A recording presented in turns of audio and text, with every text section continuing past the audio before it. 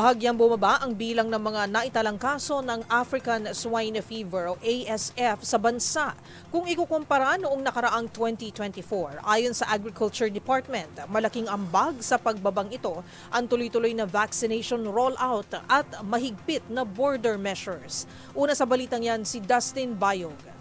Kinakitaan ng pagbaba ng kaso ng African Swine Fever o ASF sa bansa kumpara sa kaparehong period na karantaon ayon sa Department of Agriculture o DA. Ayon kay DA spokesperson at Assistant Secretary Arnel de Mesa, bagaman umakyat sa 51 ang kaso ng ASF ng August 7 mula sa 28 July 11 ay mas mababa raw ito kumpara sa naitalang kaso noong 2024. Dagdag pa ng tagapagsalita ay malabo ang muling pagsipa ng kaso ng ASF ngayong taon dahil sa patuloy na vaccination rollout ng pamahalaan at sa paghihigpit ng border measures.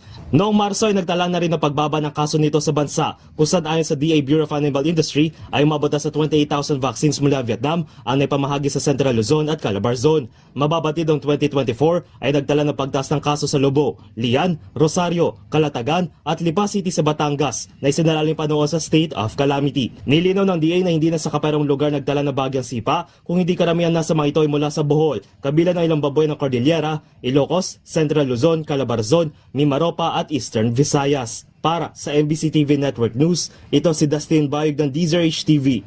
Una sa Pilipinas, una sa Pilipino.